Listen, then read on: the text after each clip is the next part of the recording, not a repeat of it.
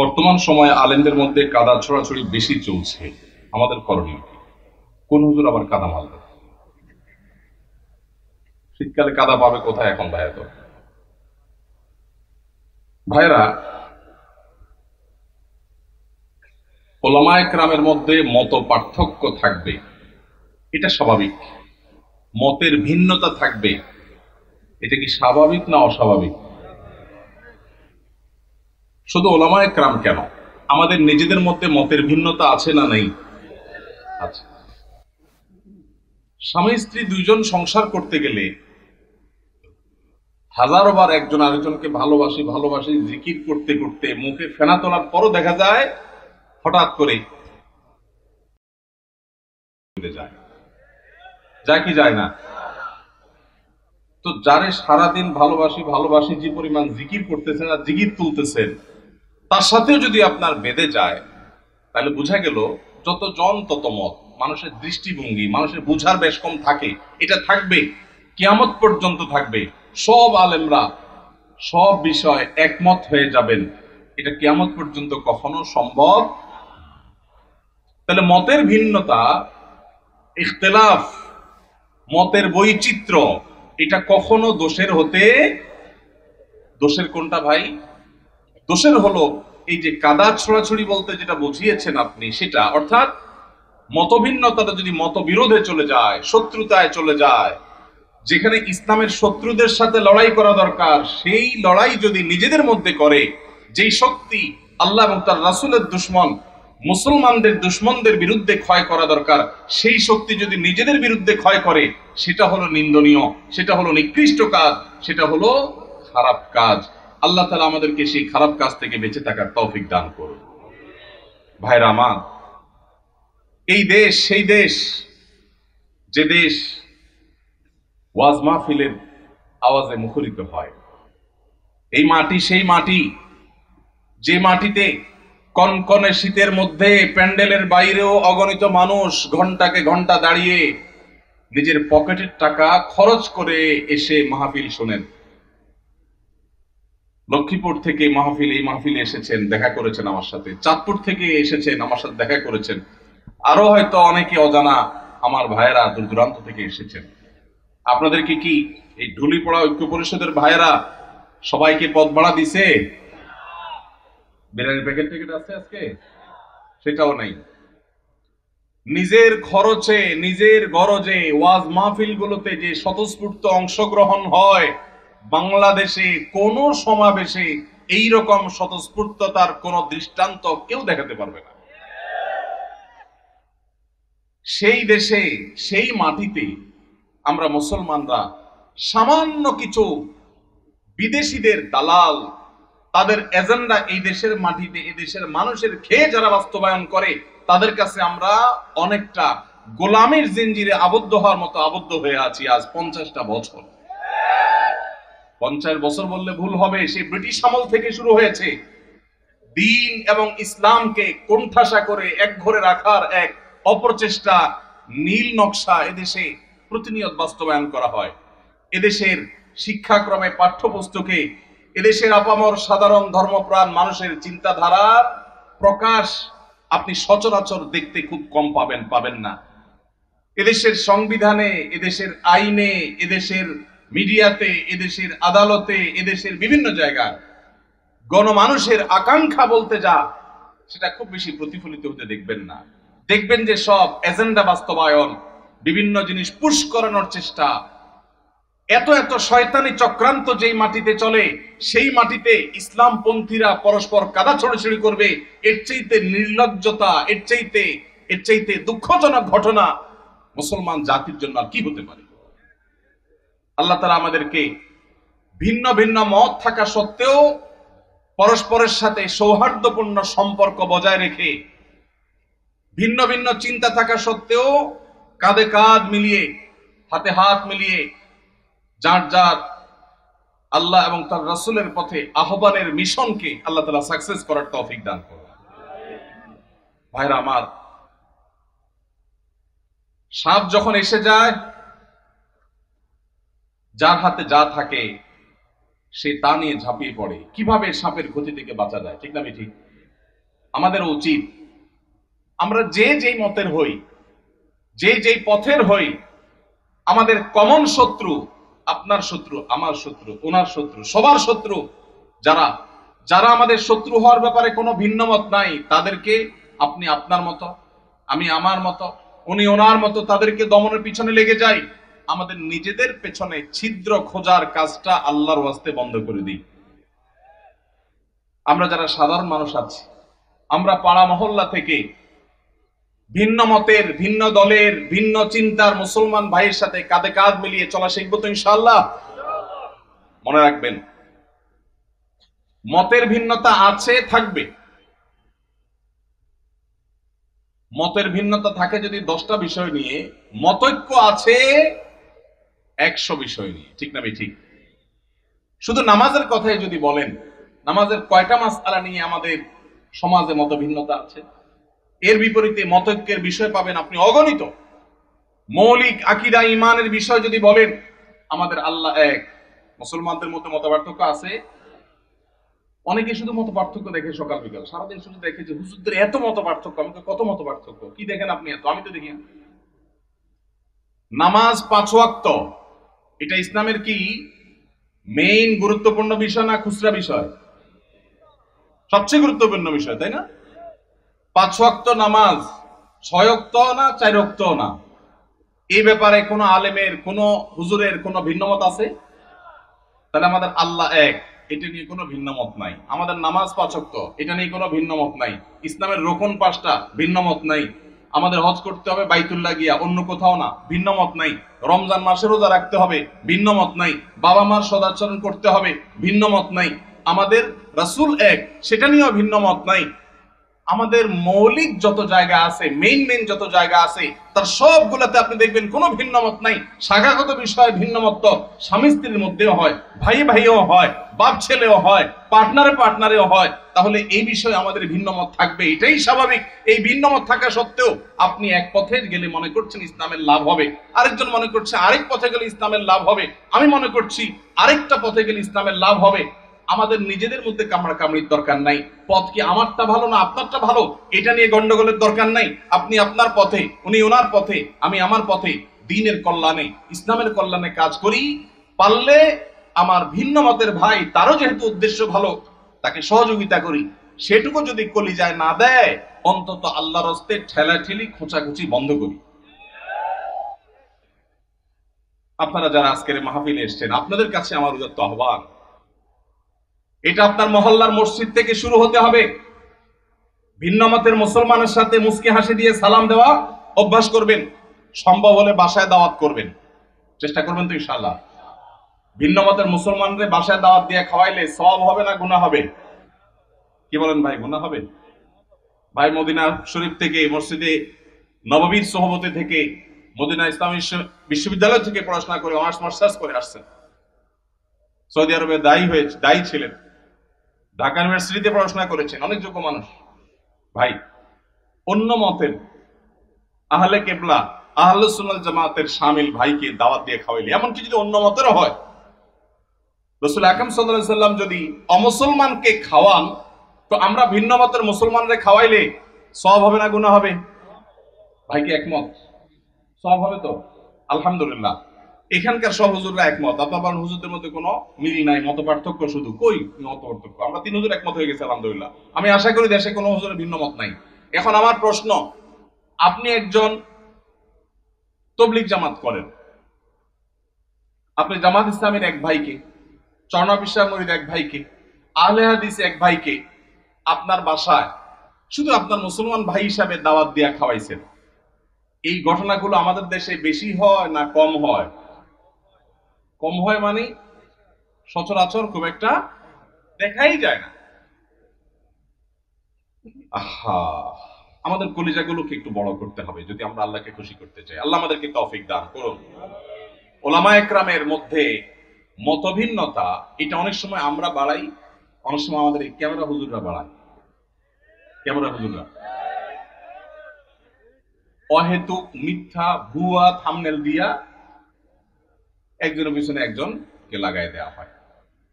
অনেক সময় আসলে লাগালাগির কিছু নাই। কিন্তু সাধারণ দর্শকরা দেখে মনে করে, দেখছো হুজুররা লাগালাগি শুরু করছে। আসলে হুজুরদের কোনো লাগালাগি নেই, লাগালাগি কাদের? ক্যামেরাম্যান ভাইদের। আল্লাহ আমাদের ক্যামেরাম্যান ভাইদেরকে হেদায়েত দান করুক, ইউটিউবার ভাইদেরকে আল্লাহ হেদায়েত দান করুক।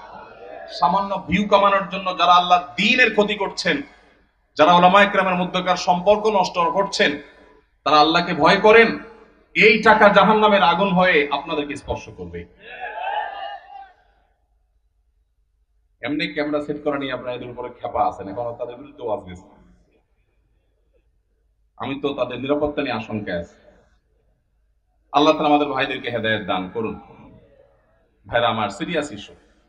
যারা ইউটিউবাররা আছেন, ওয়াজ মাহফিলের ভিডিওগুলো আপনারা রেকর্ড করেন, ছাড়েন, আল্লাহর হস্তে ভুলভাল ফালতু থাম্বনেল দিবেন না। এমন মিথ্যা থাম্বনেল দেখা যায় এটার কথা ভিতরে কিছুই নেই। অনেক সাদামাটা মানুষ আছে, বুঝে না। তো উলামায়ে কেরামের মধ্যে দূরত্ব সৃষ্টি করার ক্ষেত্রে এসব কাজের ভূমিকা আছে। আমরা যারা সাধারণ মানুষ আছি, আমাদের কাজ কি? আমাদের কাজ হলো অন্তর থেকে সব মুসলমানকে ভালোবাসবো। চেষ্টা করা যাবে না ইনশাআল্লাহ? আমি আমার কাজ করব, ভালোবাসবো সবাইকে।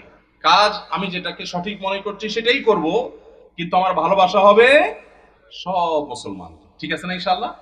সব আহলে কিবলাকে, সব আহলে সুন্নাহ ওয়াল জামাতকে। আল্লাহ তাআলা আমাদের সবার দিলগুলোকে বড় করার তৌফিক নসিব করুন। আলহামদুলিল্লাহ, উলামায়ে কেরাম যুগের চ্যালেঞ্জ উপলব্ধি করতে সক্ষম হচ্ছেন।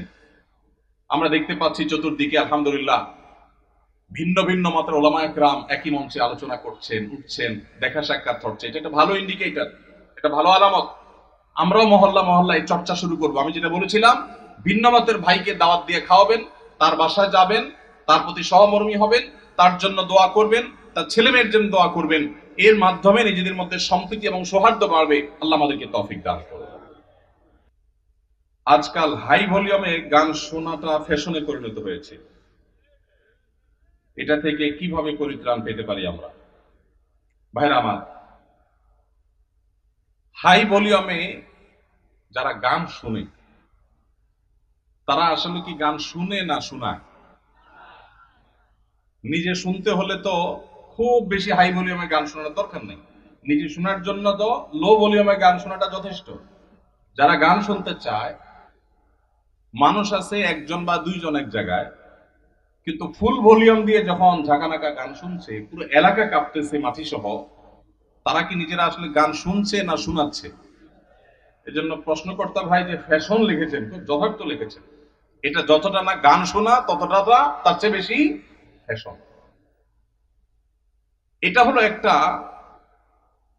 অনাচার, একটা জুলুম, এটা হলো একটা অসভ্যতামূলক আচরণ। এটা কোনো সভ্য ভদ্র সমাজের কোন মানুষের, ভদ্র মানুষের, ভালো মানুষের কোনো আচরণ হতে পারে না। আমি সব সময় এটার বিরুদ্ধে কথা বলার চেষ্টা করি। আমাদেরকে একটা বিপ্লব করতে হবে, সেটা হলো শব্দ সন্ত্রাসের বিরুদ্ধে বিপ্লব। অনেকেই দেখা যায় বিয়ে, গায়ে হলুদ, গায়ে মরিচ, আকিকা, নানান অনুষ্ঠানের নামে হাই ভলিউমে ডেস্ক ভাড়া করে গান শুনছে। এখন আমার প্রশ্ন হলো, আপনার মনে অনেক খুশি, আপনি লাফাচ্ছেন গানের তালে তালে, ভালো কথা, হতে পারে, এটা আপনার ব্যাপার, ভালো কথা বলতে এটা আপনার ব্যাপার। কিন্তু আরেকজন হয়তো অনেক মনে কষ্টে আছে, তার অনেক চিন্তা দুশ্চিন্তা, কোনো কারণে পেরেশানি, হয়তো অসুস্থ, অসুস্থ বাবাকে নিয়ে বসে আছে, কিন্তু পুরো এলাকাকে আপনি প্রকম্পিত করছেন বাজ বিচার করা ছাড়া। তাহলে যে বেদনায় আছে, তার বেদনাটা আপনার গানের আওয়াজে আরো বাড়াই দিবে। এটা কোনো ন্যূনতম কমন সেন্স আর মানুষের কাজ হতে পারে? কিন্তু দুঃখ লাগে যখন দেখি আমাদের অনেক স্কুল কলেজ পড়ুয়া, বিশ্ববিদ্যালয় পড়ুয়া, শিক্ষিত যুবকেরা এই কাজটা করে। এটা তো একজন শিক্ষিত মানুষ দ্বারা কখনো হতে পারে না, যে আমি উচ্চ ভলিউমে, হাই ভলিউমে গানের আওয়াজে আশপাশে মানুষকে অতিষ্ঠ করব, মানুষ কষ্ট পাবে, মোবাইলে কথাটা পর্যন্ত বলতে পারবে না। এটা কোন সভ্য সমাজে গ্রহণযোগ্য হতে পারে না। ভাইরা আমার, যাদের বিয়েতে হাই ভলিউমে গানের আওয়াজ বাজায়, তাদের অনেককে বলতে শোনা যায় যে আসলে আমি নিজেও এগুলো পছন্দ করি না। তাহলে কেন হয়? ভাতিজা ভাগিনারা, ছোট ভাইরা একটু তারা চায়, শখ করছে ওরা। ভাতিজা ভাগিনারা কি করছে? শখ করছে। বিয়ে করবেন জীবনে একবার না দুইবার? একবার। কাদের কাদের দুইবার করার নিয়ত আছে হাত তোলেন। মাশাআল্লাহ, ঘুমিয়েছিল এরা মনে হয়। ঠিক আছে ভাই, বিয়ে যেহেতু একবারই করবেন বেশিরভাগ মানুষ, সে একটা বিয়ে হোক আদর্শ বিয়ে, সে একটা বিয়ে হোক স্মরণীয় বিয়ে, ওই বিয়েতে মানুষের বদদোয়া আসুক, কেউ চান? তাহলে ভাতিজা ভাগিনা কেন, আরো কেউ যদি বলে, ছোট ভাইরাও যদি বলে, তাহলে সেই অনাচার আমরা করতে দেব না ইনশাআল্লাহ। ভাইরা আমার, এমনকি ওয়াজ মাহফিলের যে মাইক, এই মাইক গুলো কন্ট্রোল যেন থাকে, কন্ট্রোলে যেন থাকে, এগুলো যেন নিয়ন্ত্রণে থাকে। আমরা সবসময় বলি, আমি বরাবরের মতো আহ্বান করি, আমি কেন, অন্যান্য আলেমরাও সবসময় বলেন যে ওয়াজ মাহফিলের মাইক যেন মানুষের বিরক্তির কারণ না হয়। শহরে এটা খুব বেশি নিয়ন্ত্রণ জরুরি। গ্রামে যেখানে মাহফিল হয়, পুরো গ্রামের মানুষ মাহফিল শোনার জন্য প্রস্তুত থাকে। দূর দূরান্ত থেকে নায়ুরীরা বাপের বাড়ি বেড়াইতে আসে, যখন মাহফিল হয় সবাই প্রস্তুত থাকে। তারপরও মাইকের আওয়াজটা যেন কারণ মোবাইলে কথা বলা অসম্ভব হয়ে যায়, এই পর্যায়ে যেন না থাকে। ভলিউমটা যেন নিয়ন্ত্রণে থাকে, অন্তত যেগুলো প্যান্ডেলের বাইরে থাকবে যতটা সম্ভব। এবং গভীর রাত পর্যন্ত অন্য ধর্মের মানুষের, অসুস্থ রোগীদের, সকালবেলা স্কুলগামী বাচ্চাদের, মাদ্রাসাগামী বাচ্চাদের, বা যাদের ডিউটি আছে তাদের যেন কষ্টের কারণ না হয়। আল্লাহ আমাদের সবাইকে দায়িত্বশীল আচরণ করার তৌফিক নসিব করুন। এরকম হাই ভলিউমে যখন গানের আওয়াজ হবে, আমি আপনাদের সবার কাছে উদাত্ত আহ্বান রাখতে চাই, পাড়ায় মহল্লায়, গাড়িতে, বাড়িতে, যেখানে দেখবেন যে হাই ভলিউমে কোনো গানের আওয়াজ দিয়ে মানুষকে অতিষ্ঠ করা হয়, কয়েকজন মানুষ মিলে গিয়ে সেই গান শোনা ভাইদের পিঠে হাতটা রেখে তাদেরকে স্নেহের পরশ দিয়ে বুঝাবেন, আমার আনন্দ যদি আরেকজনের বেদনার কারণ হয়, এটা কখনো সভ্য মানুষের আচরণ হতে পারে না। তাদের অনেকের সেন্স নেই। আমরা যদি কয়েকজন গিয়ে তাদেরকে বুঝাই, তাহলে আশা করা যায় এটা বন্ধ হবে ইনশাআল্লাহ। সবার চেষ্টা করবো তো ইনশাআল্লাহ। আমার জীবনে আমি বহুবার এই কাজটা করেছি, আল্লাহ আমাকে তৌফিক দিয়েছেন। বহুবার গভীর রাতে আওয়াজ শোনা যাচ্ছে গানের, আমি একা নেমে গেছি। এমনও হয়েছে গিয়ে যারা গানের আওয়াজে সবাইকে অতিষ্ঠ করছে, তাদের হাতে পায়ে ধরে সেটা থামিয়েছি। আমরা যদি সবাই জাগ্রত হই, সবাই যদি দাঁড়িয়ে যাই, তাহলে এই অনাচার করা মানুষের সংখ্যা সমাজে হাতে গোনা কিছু, ইনশাআল্লাহ এই অনাচার বন্ধ হয়ে যাবে। ঠিক কিনা বলেন? অতএব বিয়ে, বিনোদন, ধর্ম, রাজনীতি, যে নামেই হোক, মানুষকে অতিষ্ঠ করে, মানুষের কষ্টের কারণ হয়, সেরকম কোন শব্দ, সেরকম কোন উচ্চ শব্দের আওয়াজ, এটা কোনোভাবেই গ্রহণযোগ্য হতে পারে। সবাই আমরা সমাজে জাগ্রত হবো তো ইনশাআল্লাহ। মসজিদে মসজিদে আমাদের যুবকদের কাজ হবে, এই এলাকায় কোন প্রকার শব্দ সন্ত্রাস কেউ করলে আমরা সেটাকে থামাবার উদ্যোগ নেব। চেষ্টা করা যাবে না ইনশাআল্লাহ? আমি কাউকে আইন হাতে তুলে নিতে বলছি না, কিন্তু আমাদের সবাইকে দায়িত্বশীল আচরণ করতে হবে, সৎ কাজের আদেশ, অসৎ কাজের বাধা প্রদান করতে হবে ইনশাআল্লাহ। ইমাম সাহেবকে মূল্যায়ন না করলে কি গুনাহ হবে? কিভাবে মূল্যায়ন করব? ইমাম সাহেবদের মূল্যায়ন না করলে গুনাহ তো অবশ্যই হবে। ইমাম সাহেবরা হলেন উলামায়ে কেরাম, নবীদের ওয়ারিস। তাদের এই সমাজ তেমন কোনো মূল্য দেয় না। মুসলিম প্রধান রাষ্ট্র, বেশিরভাগ ট্যাক্স পেয়ার মুসলমান, অথচ 4 লক্ষ মসজিদের ইমাম সাহেবকে যদি রাষ্ট্র মূল্যায়ন করত, তাহলে রাষ্ট্রের চেহারাই পরিবর্তন হয়ে যেতে পারত। 4 লক্ষ মসজিদ, মসজিদের যে নেটওয়ার্ক সারা দেশে আছে, রাষ্ট্র যদি এই ইমাম সাহেবদেরকে রাষ্ট্রের বিভিন্ন গুরুত্বপূর্ণ কাজে তাদেরকে যদি ইনভলভ করত, প্রশিক্ষণ দিয়ে প্রস্তুত করত, এবং তাদের থেকে যদি সার্ভিস নিত, তাহলে দেখা যেত রাষ্ট্রের অনেক বড় বড় কাজ মসজিদের ইমাম সাহেবদের দ্বারা সমাধা করা যেত। এত বিশাল লোকবল, এত বিশাল জনগোষ্ঠী, মসজিদের এত বিশাল বড় প্ল্যাটফর্ম, এত বড় মিডিয়া, এই সবগুলোকে রাষ্ট্র যদি অন করত, রাষ্ট্রের চেহারাই চেঞ্জ হয়ে যেতে পারত। কিন্তু ওই যে বলছিলাম, সে ব্রিটিশ আমল থেকে শুরু হয়েছে, আজও পর্যন্ত মুসলমানের দেশে মুসলমানরাই সবচেয়ে বেশি কোণঠাসা এবং দুর্বল। মুসলমানরাই সবচেয়ে বেশি বৈষম্যের শিকার, জুলুমের শিকার। উলামায়ে কেরাম, মুসলমান প্রধান সমাজে যাদের মূল্য থাকার কথা, তাদের সমাজ রাষ্ট্র মূল্য দেয় না, এমনকি আমরা সমাজের মানুষও মূল্য দেই না। ঠিক না ভাই? ঠিক। ইমাম সাহেবদের মূল্যায়ন কিভাবে করবেন? তাদের মূল্যায়ন করবেন, তাদেরকে সবচেয়ে বেশি সম্মান করবেন। কারণ নবী করিম সাল্লাল্লাহু আলাইহি ওয়াসাল্লাম বলেছেন, মাল্লাম ইউবাজ্জিল আলিমানা ফালাইসা মিন্না, যে ব্যক্তি আমার উম্মতের আলিমদেরকে সম্মান দেয় না, মর্যাদা দেয় না, ইজ্জত দেয় না, সে আমার উম্মত হতে পারে না। অতএব আপনার মসজিদের ইমাম সাহেব আপনার কাছে সম্মানিত হতে হবে। কমিটির লোক, মুসল্লি ভাইয়েরা তাদেরকে চাকরের মতো আচরণ করতে পারবেন না, তাদেরকে শ্রদ্ধা করবেন। তারা নেতা, নেতার মতো মর্যাদা দিবেন, তাদের সঠিক কথাগুলো বলার অধিকার দিবেন, সুযোগ দিবেন, তাদের মিম্বরে স্বাধীনভাবে কথা বলার সুযোগ দিবেন, তাদের গলা চিপে ধরতে কাউকে দিবেন না। ইমাম সাহেবরা তাদের সম্মানজনকভাবে চলার মতো বেতন দিবেন, সম্মানে দিবেন, থাকার ব্যবস্থা করবেন। কারণ তারা অন্য কোনো কাজে এঙ্গেজ হতে পারেন না, ইমামতি করতে গিয়ে তারা এখানে এঙ্গেজ থাকতে হয়। অতএব তাদের জীবনযাপন যেন সম্মানজনক ভাবে হয়।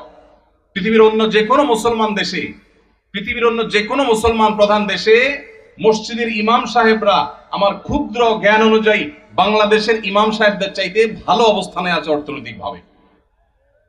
দুর্ভাগ্য আমাদের দেশে মানুষের, যে আমাদের দেশে মানুষের অনেক ভালো ভালো গুণ থাকলেও মসজিদে ইমাম খতিব সাহেবদের সম্মানী, তাদের বেতন ভাতা, এগুলো দেওয়ার ব্যাপারে আমাদের বেশিরভাগ মসজিদ কমিটির লোকেরা কার্পণ্য করে।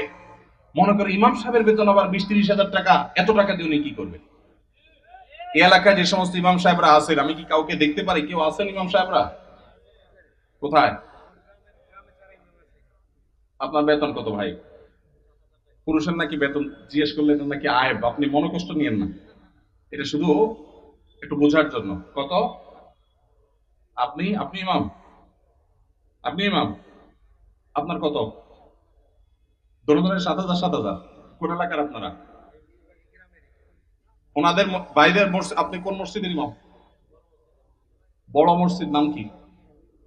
পশ্চিম পাড়া বড় মসজিদ। পশ্চিম পাড়া বড় মসজিদের কমিটির লোকজন কারা আছেন? কোন মসজিদ? কই? পূর্বপাড়া। হ্যাঁ, পূর্বপাড়া মসজিদের মসজিদ কমিটির লোকেরা কেউ ভাই আছেন? হাত তোলেন, হাত তোলেন, হাত তোলেন, নাহলে আশপাশের লোকজন বাইর করে দিবে কিন্তু। হাত তোলেন। আছে পূর্বপাড়া কেউ আছে? আছে? থাক, আমরা ওনাকে দেখাতে চাই না। আছে? পশ্চিম পাড়ার আছেন? আছেন। আর ইমাম সাহেব নাই? কই কই ভাই ইমাম সাহেব, আপনি কোন পাড়ার?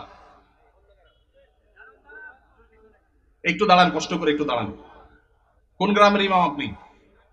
হ্যাঁ, মনোহরপুর। আপনার বেতন কত ভাই? 5,500। এই মনোহরপুরের মসজিদ কমিটির কেউ আছেন? মুসল্লি কেউ আছেন কিনা অন্তত? যারা আছেন হাত তোলেন তো। মুসল্লি কারা? কেউ হাত তুলবে না। কমিটির একজন পাওয়া গেছে মুসল্লি। আচ্ছা থাক। আর ইমাম সাহেব কে আছেন বলেন? আপনি ইমাম ভাই, আপনার বেতন কত? হ্যাঁ, মসজিদ থেকে বেতন কত বলতেছি? মসজিদ মাদ্রাসা দুই ডিউটি বেতন 11.5। তার মানে আমরা যদি 5.5 ধরি, তাহলে 5.5 মসজিদ থেকে বলা যায়। 5 ওয়াক্ত নামাজ পড়ান, ইমামতি করেন, 5 ওয়াক্ত নামাজ পড়ান, 5,500 জুমা সহ। আপনার কোন এলাকা? এই গ্রামের নাম বলেন? দুলিপাড়া। কই মাহফিলের আয়োজক কারা? সামনে আসেন না, সামনে আসেন। কই পোস্টার কই? নাম বলার আগে সামনে আসেন। নামই নাই, চালাকেরা। আচ্ছা, আর ইমাম সাহেব আছেন আর 1-2 জন? কই ভাই, কোন এলাকার? পাশের এলাকার। বেতন কত? হ্যাঁ, 8,000। কোন এলাকার?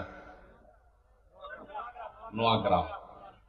নোয়াগ্রামেরও ভাইরা নিশ্চয় আছেন। আমি আপনাদের শরম দিতে চাই না, আপনাদের কারো হাতও তুলতে চাই না।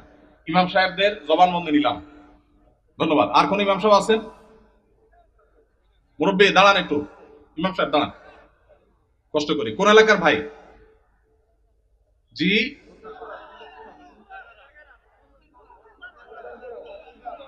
এতজন বললে কেমনে বুঝবো? খুন্দার পাড়া, খুন্দার গড়া। ওকে, আপনার পাশের গ্রাম। আপনার বেতন কত ভাই?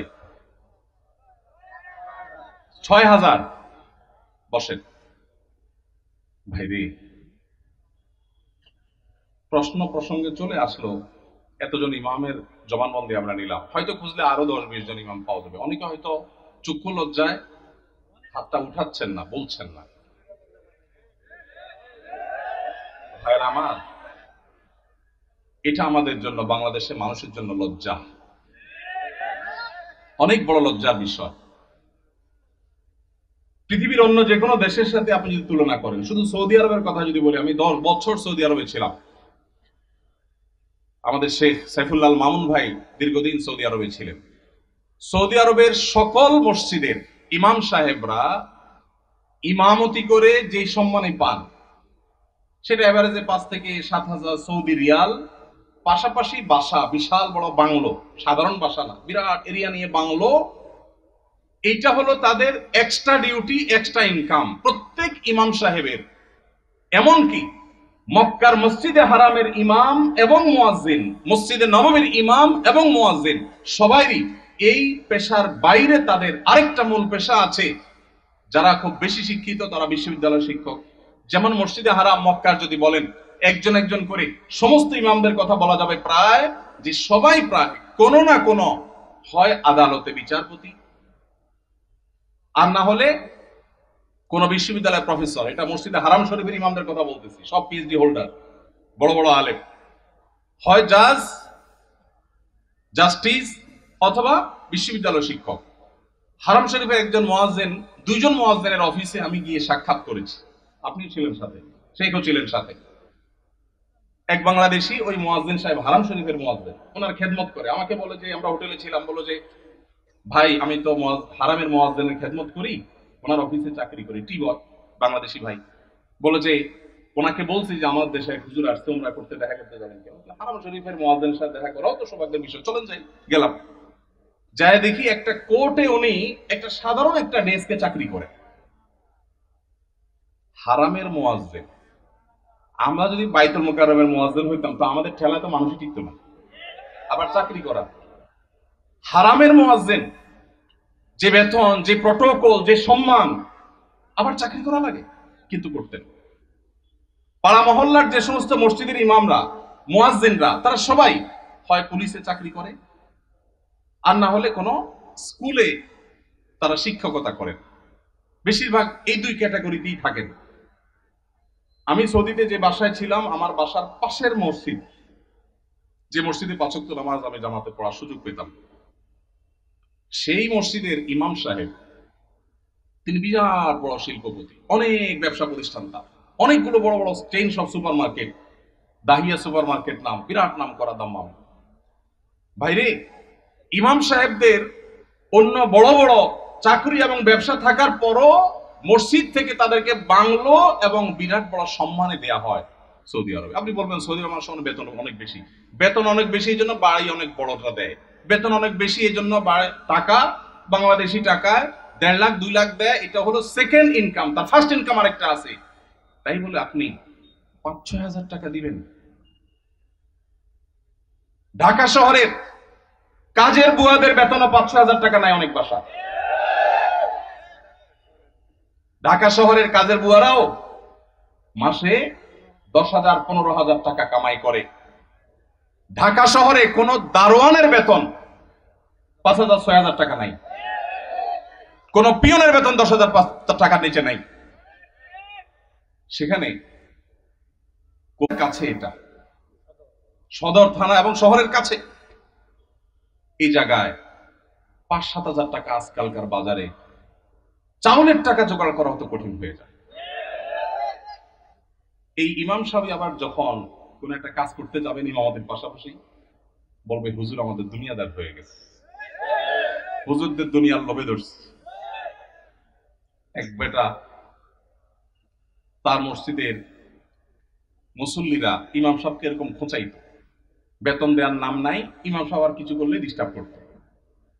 তো ওই মসজিদে একজন ভালো মানুষ ছিল, উনি বললেন হুজুর আপনাকে আমি ওই যে মুসিরা যে জুতা পুলিশ টুলিশ করে ওইরকম একটা বাক্স কিনে দিব, সাথে রং টং যা লাগে, ডাস্টার, ব্রাশ, এগুলো সব দিয়ে দিব।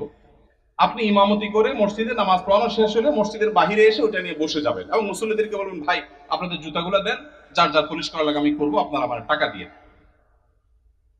ইমাম সাহেব চুপ বড় বড় হয়ে গেছে, কি বলে দেবেন? বলে, ভাই আপনি এই কাজটা যদি করেন, মুসল্লিরা বাইর হয়ে যেটা সিসি করবে, আরে হুজুর এটা কি করছেন,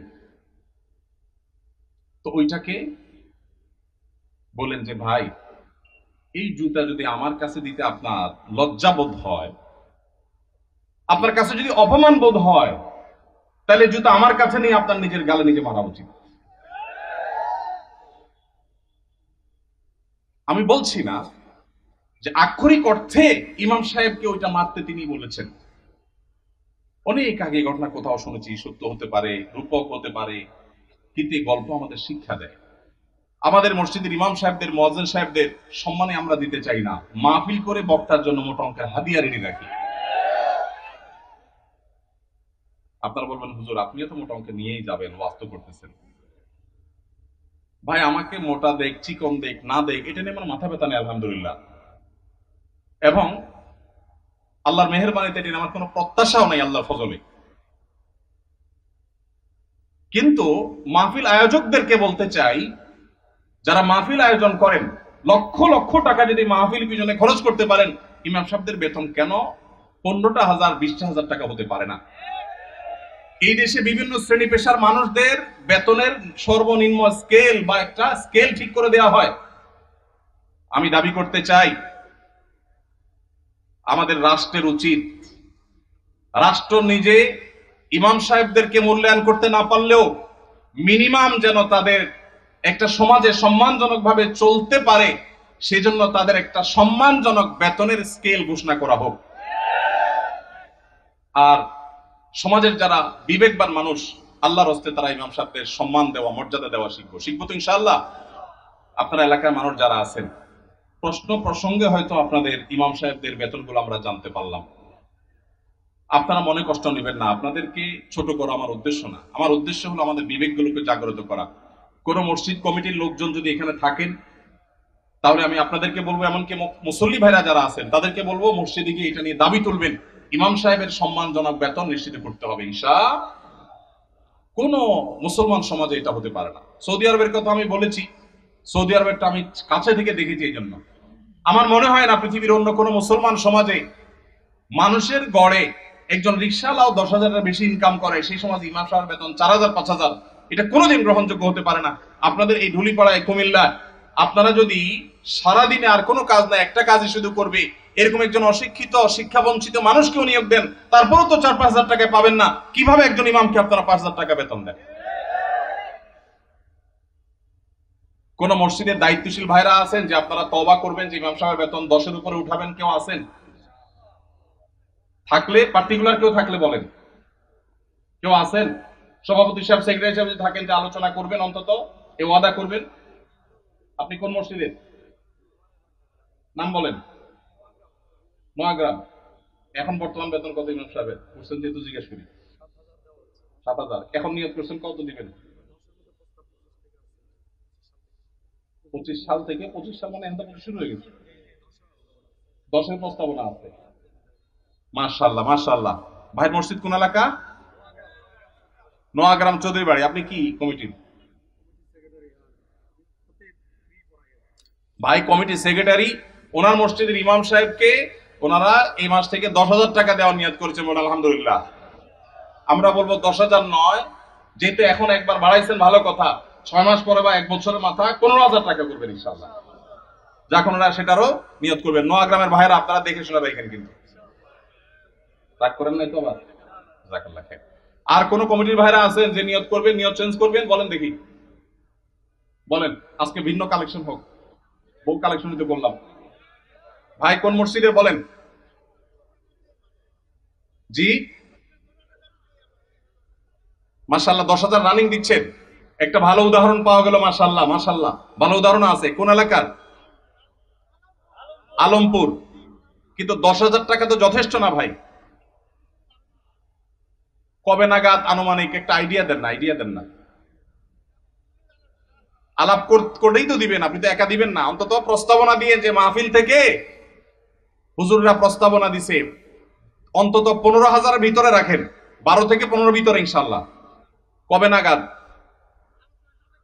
আলোচনা সাপেক্ষে, ঠিক আছে। আপনি মসজিদ কমিটির কি সেক্রেটারি সাহেব, মাশাআল্লাহ, আল্লাহ সেক্রেটারি সাহেবকে তৌফিক দান করুন, আমিন। একটা ভালো দৃষ্টান্ত, ভাইরা 10,000 দিচ্ছেন মাশাআল্লাহ, কিন্তু 10,000 যথেষ্ট না ভাই, 10,000 যথেষ্ট হতে পারে না। আল্লাহ তাআলা আমাদেরকে উলামায়ে কেরামের, মসজিদের ইমাম সাহেবদের মূল্যায়ন করার তৌফিক নসিব করুন। আমি ভাই একাধিক মাহফিল এমন ঘটেছে যে মসজিদে গিয়ে ইমাম সাহেবদের বেতন কম, এটা ব্যক্তিগত আলোচনা জানতে পেরেছি। আমি আমার মতো করে কমিটি ভাইদেরকে দাওয়াত দিয়েছি এবং বোঝানোর চেষ্টা করেছি, আমরা মাহফিলের জন্য যদি লাখ লাখ খরচ করতে পারি, কেন ইমাম সাহেবদের দিতে পারবো না? আল্লাহ আমাদেরকে তৌফিক দান করুন। রাসূলের জামানার সাথে আমাদের মসজিদের কার্যক্রমের কোনো পার্থক্য আছে কিনা, ইমামদের কি কি ভূমিকা পালন করা দরকার? রাসূল করিম সাল্লাল্লাহু আলাইহি ওয়াসাল্লামের যুগে তার হাতে গড়া মসজিদগুলো, সাহাবেদের হাতে গড়া মসজিদগুলোর একটা বড় বৈশিষ্ট্য ছিল, সেগুলো শুধু নামাজের ঘর ছিল না, সেটা ছিল কমপ্লিট প্যাকেজের নাম। একটা মুসলিম সমাজের যা যা দরকার তার সব কিছুর আয়োজন মসজিদ থেকে করা হতো। সেখানে দারিদ্র বিমোচনের কাজ হতো, কারো পারিবারিক কলহ হলে নবী সাল্লাল্লাহু আলাইহি ওয়াসাল্লামের কাছে আসলে তিনি সেটা মীমাংসা করতেন, এই ঘটনা বহু আছে। কোন মানুষ ক্ষুধার্ত, তিনি এসে নবীজির কাছে সাহায্য চেয়েছেন, তার জন্য নবী সাল্লাল্লাহু আলাইহি ওয়াসাল্লাম সাহায্য তুলেছেন, সেটাও আছে।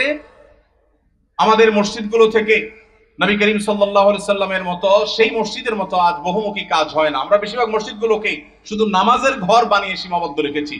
আমাদের মসজিদগুলোতে যুবকদের জন্য তেমন কোনো আয়োজন নেই, আমাদের মসজিদগুলোতে শিশুদের জন্য তেমন কোনো আয়োজন নেই। আমি আশ্চর্য হয়েছি ইউরোপের বিভিন্ন মসজিদে দেখে, যে অমুসলিম প্রধান দেশ, আমাদের বাংলাদেশি ভাইরা সেসব মসজিদ বানিয়েছেন, কিন্তু সেখানে দেখা গেছে শিশুদের জন্য আলাদা আয়োজন। আপনারা এখানে যারা আছেন, কয়টা মসজিদ আছে বলতে পারবেন যে আমাদের মসজিদে শিশুদের জন্য সুস্থ সংস্কৃতি চর্চার, আমাদের সমাজে মসজিদে বাচ্চাদের জন্য নামাজে আসলে বিনোদনমূলক, তাদের জন্য প্রণোদনামূলক ব্যবস্থা আছে, এরকম ব্যবস্থা আছে কয়টা মসজিদে ভাই?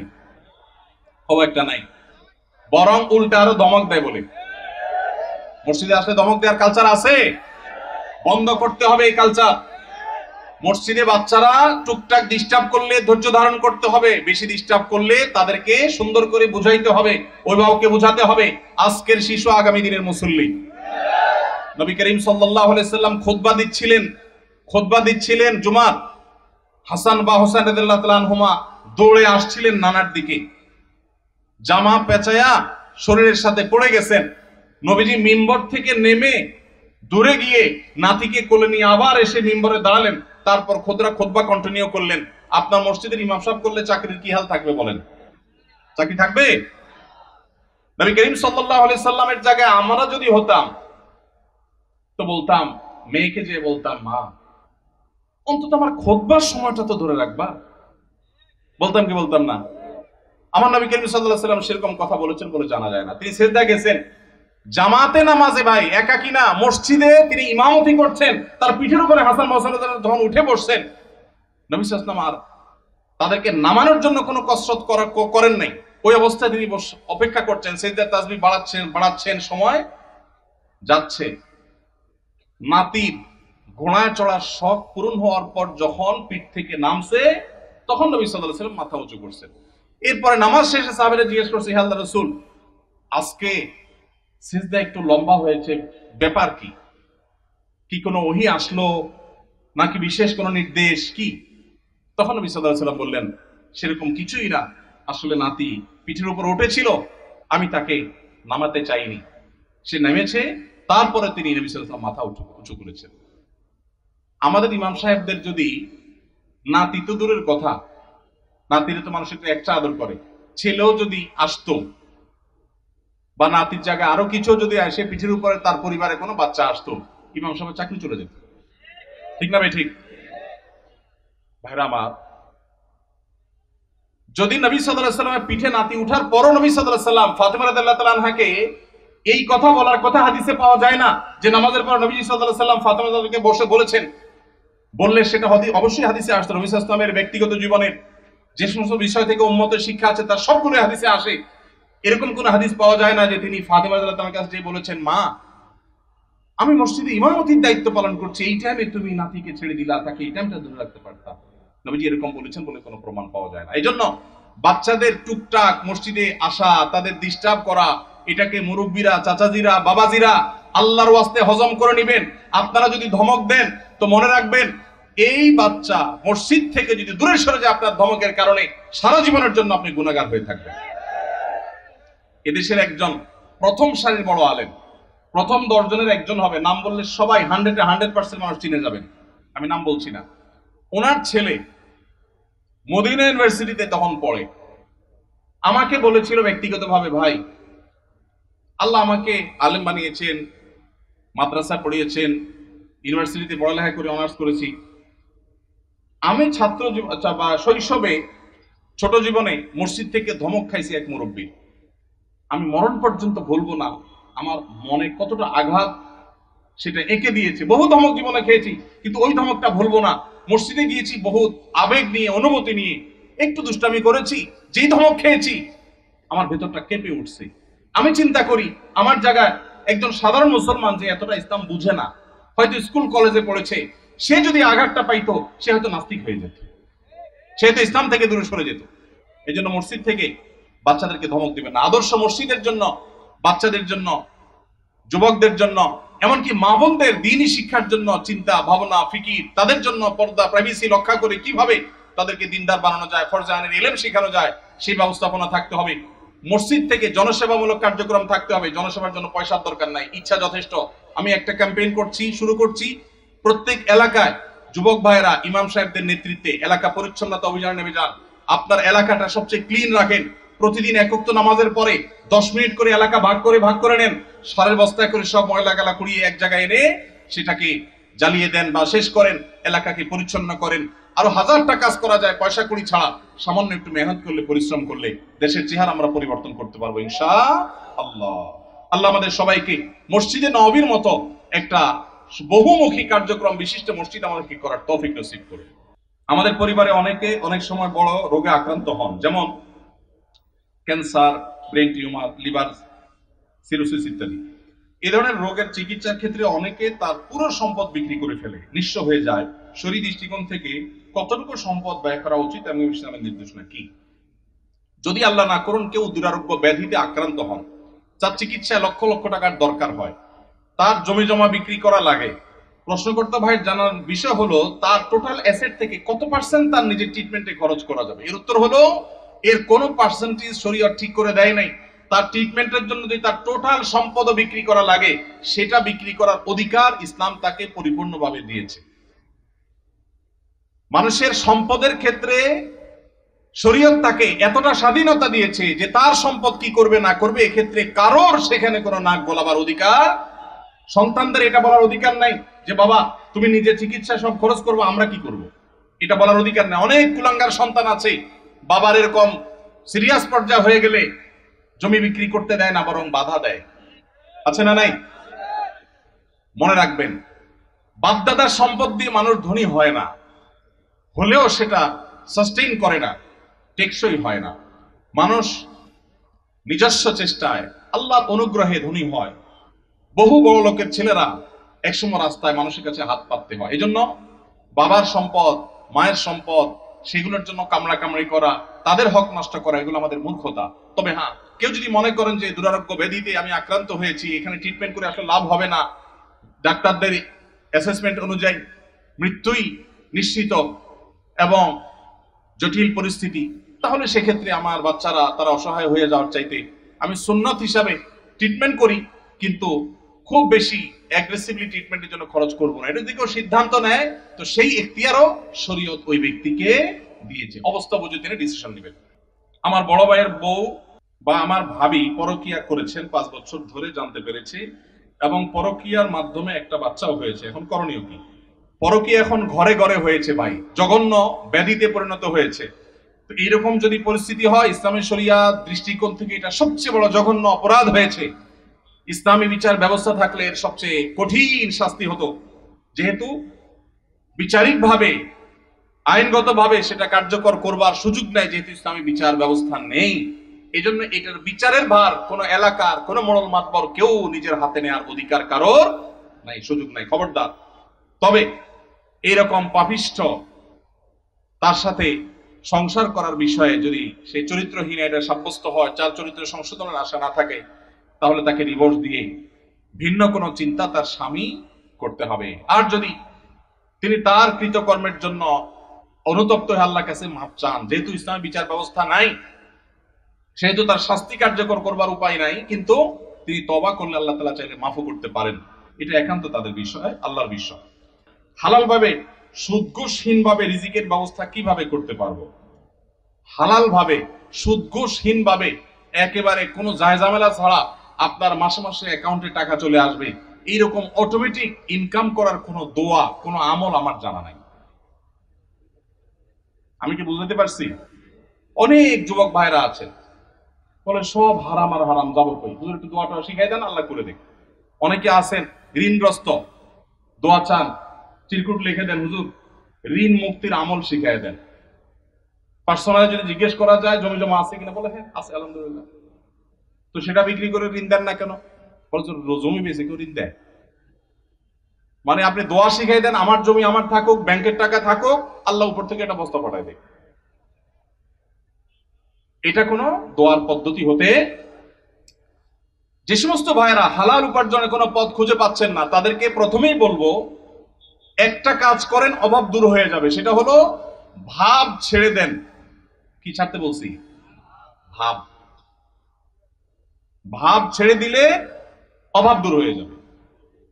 ভাব ছেড়ে দিলে অভাব দূর হয়ে যাবে। বুঝেন নাই কথাটা? আপনার সাথে যায় না এই কাজ, এটার নাম ভাব। এটার নাম কি? এটা আমার সাথে যায় না, আমি কিভাবে একটা শিক্ষিত ছেলে এই কাজ করি, এটার নাম ভাব। এটার নাম কি? এই ভাবের অভাবই বেশি। ভাবের অভাবই বহু লোক আছে, হাইরে কান্নাকাটি, ওরা টাকা নাই, পয়সা নাই, অভাব অভাব। বাচ্চা কাচ্চা নিয়ে চাইনিজে খাইতে গেছে, মন খারাপ। কারণ নিয়ত করছিল এবার ব্যবসার লাভের টাকা দিয়া পোলাপানি একটু থাইল্যান্ড যাবে, হইল না, কক্সবাজার আসছে, মন খারাপ। এটা কিসের অভাবী? ভাবের অভাবী। কিসের অভাবী? ভাব ছেড়ে দিলে অভাব এমনি দূর হয়ে যাবে। আমি বিভিন্ন জায়গায় বলি, সেদিন ডুয়েটের প্রোগ্রামেও বলেছি, আমি ছাত্র জীবনে 600 টাকা বেতনে ইমামতির চাকরি করেছি। আমি তখন স্ট্যান্ড করা ছাত্র। আমি তখন চট্টগ্রামে হাটহাজারী মাদ্রাসা, বাংলাদেশের সবচেয়ে বড় মাদ্রাসার ভর্তি হওয়া ছাত্র। সেই বড় মাদ্রাসার পড়াশোনা বাদ দিয়া মফস্বলের মাদ্রাসা, জেলা পর্যায়ের ছোট মাদ্রাসায়, তার তুলনায় সেখানে গিয়ে ভর্তি হয়েছি। ঢাকা ইউনিভার্সিটি রেখে গ্রামের মফস্বলে কলেজে ভর্তি হওয়ার মতো আমি সেই কাজ করেছি। আমি সেই ছেলে 600 টাকা বেতন ইমামতি করে, বাবা যখন ব্যবসা করতে করতে দেয়ালে পিঠ থেকে গেছে, তখন চিন্তা করলাম আমার ভালো মাদ্রাসা পড়ালেখার চাইতে এই মুহূর্তে বাবার পাশে দাঁড়ানো দরকার। সেখানে গেছি, কই আলহামদুলিল্লাহ ওই অবস্থায় ইমামতি করে কয়েক কিলোমিটার সাইকেল চালিয়ে মক্তব পড়িয়ে তারপর পড়ালেখা করে 10 stand, 3rd stand, 2nd stand, তিনটি স্ট্যান্ড আমার ছাত্র জীবনে আল্লাহ করার তৌফিক দিয়েছেন। এবং এই সব বরকত আল্লাহ তাআলা ওই সময় দিয়েছেন যখন আমি স্ট্রাগল করি, যশোর যুব প্রশিক্ষণ কেন্দ্রে ইমামতি করি। 4টি বছর, একদিন দুই দিন না। এখন যুবকরা বলে যে অভাব কিভাবে দূর করব? আমের সিজনে 10 কেজি আম নিয়ে বসে যান। 10 কেজি আমের দাম কত? আত্মীয় স্বজন বন্ধু বান্ধব চাইলে অনেকের কাছ থেকে পেয়ে যাবে। 5 টাকা 10 টাকা করে লাভ করেন, 11 কেজির টাকা হয়ে যাবে। এরপর 11 কেজি নিয়ে বসেন, আস্তে আস্তে সামনে বাড়েন। যুবকরা এখন চাকর হইতে চায়, উদ্যোক্তা হতে চায় না। আসুন্নাহ ফাউন্ডেশন আপনাদেরকে উদ্যোক্তা বানাতে চায় ইনশাআল্লাহ। আমরা একটা সার্কুলার দিয়েছিলাম কিছুদিন আগে। আমাদের কাছে এমনি সাহায্যের জন্য আসা লোকের অভাব নাই। সার্কুলার দিয়েছিলাম যে যে কোনো গরিব, অভাবী, যুবক, তরুণ, যে কোনো বয়সের মানুষ, সে যদি আবেদন করে আর বলে আমার একটা দক্ষতা আছে, 100 লাখ টাকার পুঁজি হলে আমি পায়ের উপর দাঁড়াইতে পারবো, সে যদি এটা সুন্দর করে বুঝাইতে পারে, তো ফাউন্ডেশন সেটা করবে। আপনারা জেনে অবাক হবেন, এই সার্কুলার দিয়ে 1-1.5 মাস গত হয়ে গেছে, এখনো পর্যন্ত আমরা তেমন কোনো আবেদন পাইনি। ফেসবুকে ওপেন সবার জন্য, যে কেউ গুগল লিংকে ক্লিক করে দিতে পারে, কিন্তু উল্লেখযোগ্য আবেদন নাই। বেশিরভাগ যুবকই মনে করে যে একটা রেডিমেড সার্টেন অ্যামাউন্ট হয়ে গেলে আমার সব হয়ে যাবে। আল্লাহর সাথে চুক্তি করে, আল্লাহ লাখ দশেক দিলে চলবে, একটা বাইক, একটা ফোন, আর ইউ টাইপের একটা বিজনেস আইডিয়া, ব্যাস। এই বংবাং মার্কা চিন্তা করে কোনোদিন অভাব দূর হবে না। পরিশ্রমী হতে হবে, পরিশ্রমী। রাজি আছেন তো ইনশাআল্লাহ? মুসলিম তরুণ কখনো অলস হতে, নবী সাল্লাল্লাহু আলাইহি ওয়াসাল্লাম দোয়া করেছেন, আল্লাহুম্মা ইন্নী আউযু বিকা মিনাল আজজি ওয়াল কাসাল, আল্লাহ আপনার কাছে অলসতা থেকে পানা চাই, আমি অলস হতে চাই না। আল্লাহর কাছে দোয়া করেছেন, সেখানে আমরা অলস থাকি। কোনো কাজকে ছোট মনে করবেন না, অলস হবেন না, যেখানে যা পাবেন পরিশ্রমী হয়ে লেগে যাবেন, ইনশাআল্লাহ আল্লাহ তাআলা আপনার হালাল উপার্জনের শত পথ বের করে দিবেন। চেষ্টা করা যাবে না ইনশাআল্লাহ? দুইটা জিনিস বলেছি, কোন কাজকে ছোট মনে করা যাবে। আমি যত বড় মানুষ হই, ছোট কাজ করতে অসুবিধা কি? আমি একটা ব্যবসা করার প্ল্যান অনেকদিন থেকে করছি। আলহামদুলিল্লাহ, আমি 10 বছর সৌদি আরবে প্রবাসে ছিলাম। আল্লাহ তাআলা অনেক বরকত সেখান থেকে দিয়েছেন। সেটা দিয়ে আল্লাহ তাআলা ছোট ছোট দুটি ফ্ল্যাট করার তৌফিক দিয়েছেন। 10 বছর চাকরি শেষে সৌদি আরবে এতগুলো টাকা একসাথে পাওয়া যায়, ওই যে ভাই জানেন, এই সবগুলো টাকা দিয়ে আল্লাহ তাআলা যে ছোট ছোট দুটি জায়গা দিয়েছেন, তার ভাড়ার টাকা আসে, আমার ডাল ভাত খেয়ে বাঁচা যায়। তারপর আমি ব্যবসা করতে চাই, কারণ আমি চাই যে আমার ভাইয়েরা, আমার দিনী ভাইয়েরা, তারা শিখুক যে পরিশ্রম করতে হয় হালাল উপার্জনের জন্য, অন্যের উপার্জনের পথ যেন খোলে সেজন্য চেষ্টা করতে হয়। এই জন্য সুদ ঘুষ ছাড়া, হারাম ছাড়া উপার্জনের পথের জন্য কায়িক পরিশ্রম শুরু করে দেন, চেষ্টা করা শুরু করে দেন। আর সুন্নাহ ফাউন্ডেশন স্কিল ডেভেলপমেন্ট ইনস্টিটিউটে বেকার তরুণদেরকে প্রশিক্ষণ দেয়। প্রশিক্ষণের পর কাউকে পুঁজি দিয়ে ব্যবসা দেওয়া, কাউকে চাকরি দেওয়া, কাউকে বিদেশে চাকরির সন্ধান করে দেওয়া, এই কাজটা সুন্নাহ ফাউন্ডেশন করছে, শত শত যুবকের জন্য করছে। ওপেন ফর অল, সামনে রমাদান উপলক্ষে স্মল বিজনেস ম্যানেজমেন্টের কোর্সের জন্য আবেদন করা হচ্ছে। দেশের যে কোনো জায়গা থেকে যে কেউ আবেদন করতে পারবে, আমাদের ফেসবুক পেজ দেখলেই পাবেন। আল্লাহ তাআলা আমাদের ভাইদের হালাল উপার্জনের পথ উন্মুক্ত করে দিন, বলুন আমিন। ওয়াকফকৃত না হলে মসজিদে জুমার নামাজ পড়া যাবে কিনা? যদি কোনো মসজিদ ওয়াকফ করা হয়নি, টেম্পোরারি মসজিদ, অন্য কারোর জায়গায় নামাজ পড়া হচ্ছে, তিনি অনুমতি দিয়েছেন, জুমা হবে। ওয়াকফ করা জুমা হওয়ার জন্য শর্ত না, মসজিদের মর্যাদা পাওয়ার জন্য ওয়াকফ করা শর্ত। ইতিকাফের জন্য মসজিদের মর্যাদা পাওয়া শর্ত, ওয়াকফ করা শর্ত। কিন্তু জুমা টেম্পোরারি কোনো জায়গায় কেউ ভাড়া দিয়েছেন বা অনুমতি দিয়েছেন, বা আপনার কোনো ফ্ল্যাটে মসজিদে কোনো বিশেষ পরিস্থিতি যাওয়ার পরিবেশ নাই, অথবা বিদেশে মসজিদ দূরে, কোনো শহরে মসজিদ নাই, তখন যে কোনো জায়গায় ওই জায়গার মালিকের অনুমতি থাকলে, বাধা না থাকলে, সেখানে জামাতে জুমা নামাজ পড়া যাবে। দোয়া কবুল হওয়ার জন্য মহান আল্লাহ তাআলার কাছে কিভাবে দোয়া করতে হবে? দোয়া কবুল হওয়ার জন্য প্রথম শর্ত হলো হালাল উপার্জন থাকা। হারাম উপার্জনকারী ব্যক্তির দোয়া কবুল হয় না। চুরি করে, ডাকাতি করে, টিন চুরি, গম চুরি করে, এরপরে মক্কা শরীফ গিয়ে 2 হাত তুলে আল্লাহর কাছে চোখের পানি ফেলে দোয়া করছেন, হাদিস বলছে দোয়া কবুল হবে না। দোয়া কবুল হবে না। নবী করিম সাল্লাল্লাহু আলাইহি ওয়াসাল্লাম পরিষ্কার হাদিস আছে, অনেক দূর থেকে এলোমেলো চুল নিয়ে, ধুলোমলিন শরীর নিয়ে কেউ যদি কাবার চারপাশে হাত তুলে দোয়া করে, আন্না ইউস্তাজাবু লিযালিক, কিভাবে তার দোয়া কবুল হবে? নবীজি বলেছেন, কারণ দেহ, তার শরীর, তার সম্পদ হারাম দ্বারা গঠিত হয়েছে। এই জন্য দোয়া কবুলের জন্য প্রথম শর্ত হলো হালাল উপার্জন থাকা। কেউ যদি আগে হারাম উপার্জন করে থাকেন, এখন তওবা করবেন, মানুষের হক মেরেছেন, এখন ফেরত দিবেন, তারপরে আল্লাহর কাছে দোয়া করবেন, ইনশাআল্লাহ দোয়া কবুল হবে। দোয়া কবুলের দ্বিতীয় শর্ত হলো অন্তরের অন্তঃস্থল থেকে কায়মনোবাক্যে দোয়া করবেন, অন্য মনস্ক হয়ে না, দায় সারা ভাবে না, মনোযোগ দিয়ে দোয়া করবেন। দোয়া কবুলের জন্য আরেকটা গুরুত্বপূর্ণ শর্ত হলো হালাল বিষয়ে দোয়া করবেন, হারাম জিনিস আল্লাহর কাছে চাইবেন না। 2 নম্বর জিনিস আল্লাহর কাছে চাইবেন না, অবৈধ সম্পর্ক করার, কারোর সাথে অবৈধ রিলেশন করার, হারাম সম্পর্ক করার জন্য আল্লাহর কাছে দোয়া করবেন। এটা অবৈধ দোয়া, নাজায়েজ দোয়া, এটা করা জায়েজ নাই।